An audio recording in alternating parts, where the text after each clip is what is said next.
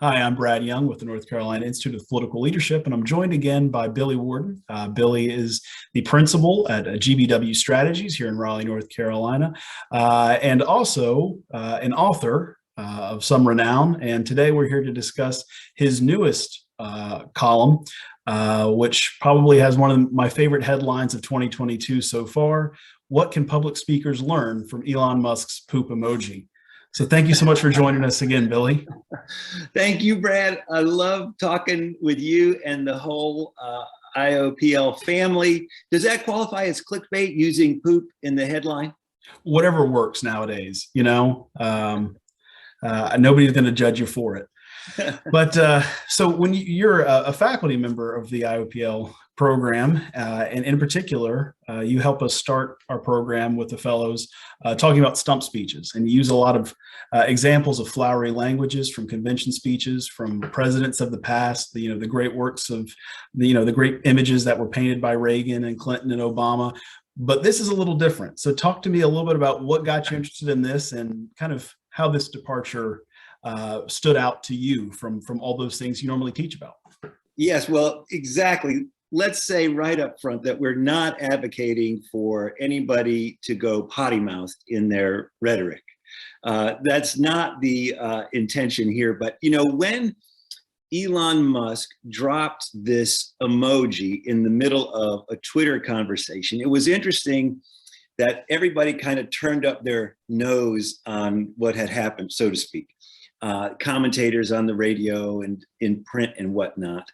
And I thought, well, actually, there's kind of an interesting point about rhetoric that has been made by that emoji, as off-putting as it was obviously to a lot of people. The context of it is, as everyone probably remembers, and this is still going on, Elon Musk makes a bid for Twitter, and then gets in a Twitter fight with the CEO about the pervasiveness of bots as a big part of Twitter's audience, which would devalue the platform because it's not actually talking to people, it's just talking to other computers, right?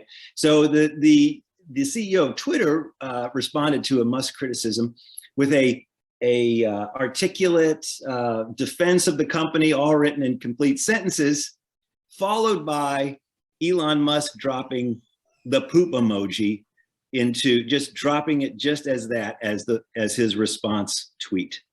So what can we possibly learn from this? Well, I think three things. As you said, Brad, we talk in the rhetoric course a lot about the use of imagery and how important that is, because we are such image driven, we're such visually driven creatures. And man, I know you take a lot of pictures on your iPhone, Brad, but your storage bank of photos, even yours on your iPhone, just pales in comparison to what's in our memory banks of images. So when a speaker starts to use images effectively, they're engaging the audience. And an engaged audience is one that is way more likely to take your ultimate call to action seriously, to get involved with you as a person, and to want to get involved with whatever call to action you're putting forth.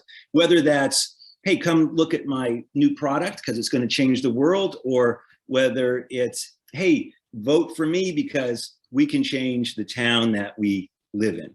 So to go back to that infamous emoji, and did you see that when that dropped? Were you on Twitter and heard some of the reverberations of the emoji? Unfortunately, I'm always on Twitter for Right. At the expense of my own mental health. I do use the app. So the three things. One, relatability. You mentioned Reagan and Clinton, and we do talk a lot about them in the rhetoric course.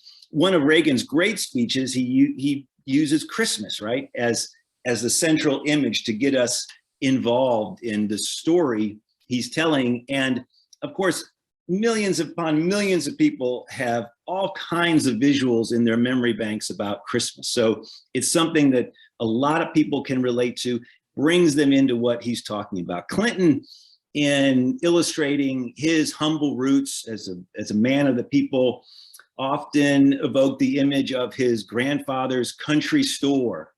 And when you think about country stores, a certain aroma gets in your head of tobacco and leather and the products in there. And so he's instantly got you in his grip. And to go back to Musk's emoji, as the classic children's book put it, Brad, everybody poops. I mean, it's relatable. It's relatable. Novelty is the second big item that's important in choosing an image. A ship without a rudder. Yes, that is a visual image. That's better than a platitude or an abstraction, but it's also a cliche. And you might say, well, wait a minute now. Christmas is a cliche, evoking Christmas, isn't it? Okay, but what Reagan did in that speech, if you go back and look at it, it's his campaign kickoff speech from 1979, I believe. He invites you to think about a bright, shiny Christmas. And then he introduces the idea of it's happening in the Great Depression. And he strips that Christmas tree in your mind. He strips it of the garlands. He strips it of the bright lights. He strips it down to a Christmas in hard economic times. So he's really got you. He's got you engaged with an image you can relate to. And then in your mind, he's making you go through this exercise of reimagining it. So he's got you like double engaged, which is terrific. Now, Musk's emoji wasn't nearly so artful, but what made it so novel was that you don't see CEOs dropping turd bombs on each other in conversation day to day. So here's the CEO of Twitter talking in complete sentences, and here comes Musk's with this emoji. So there was a lot of novelty in his use of that image, and then drama. So images can't do all the work for you in your speech. You've got to step up as a performer to some degree and give it some space to breathe. You've got to work on your pacing a little bit so you hit those images in the right way. You've got to give it a dramatic pause. And there's probably no place in fairly modern times better to see that than MLK's I Have a Dream speech, which is just loaded with powerful, powerful imagery, from talking about the insufficient funds that the American establishment has given to African Americans in terms of the American dream, that promise of being part of the American dream coming back as a, quote, bad check, and the way he hits the word bad check so hard, like a punch to the gut, to his imagery of waters and righteousness rolling down like a mighty stream, which he really almost sings. So he's got all the drama and pacing and pauses that you would expect from an Academy Award-winning performer. It's just brilliant and definitely worth a watch every year or so. Okay, now Musk's image and the way he gave that drama, again, nowhere on that same plane at all. But he just dropped that one image. Like, it wasn't that emoji plus the lightning bolt plus clapping hands plus exclamation point. It was just that one image. He gave it space, he let it breathe, and like it or not, it was, as we say in the marketing business, sticky, because everybody was talking about it. Well, and as you've covered, in summation of what you talked about in your article and you've talked about today, whether it is an inaugural address with a whole nation watching, or whether it's a local house race, or whether it is, clearly business that's being done in a public forum like this, the challenge is to connect. And it really seems that he's kind of found a new way, or not necessarily a new way, I guess, kind of reusing hieroglyphics, right, in our own sort of sense. So something that's quite timeless, but has found a way to cut through a lot of that noise and connect in a new way. And I'm very thankful for you identifying that and sharing it with us today. Thank you for not turning up your nose at the idea. Really, as you said, differentiating is nothing to sniff at.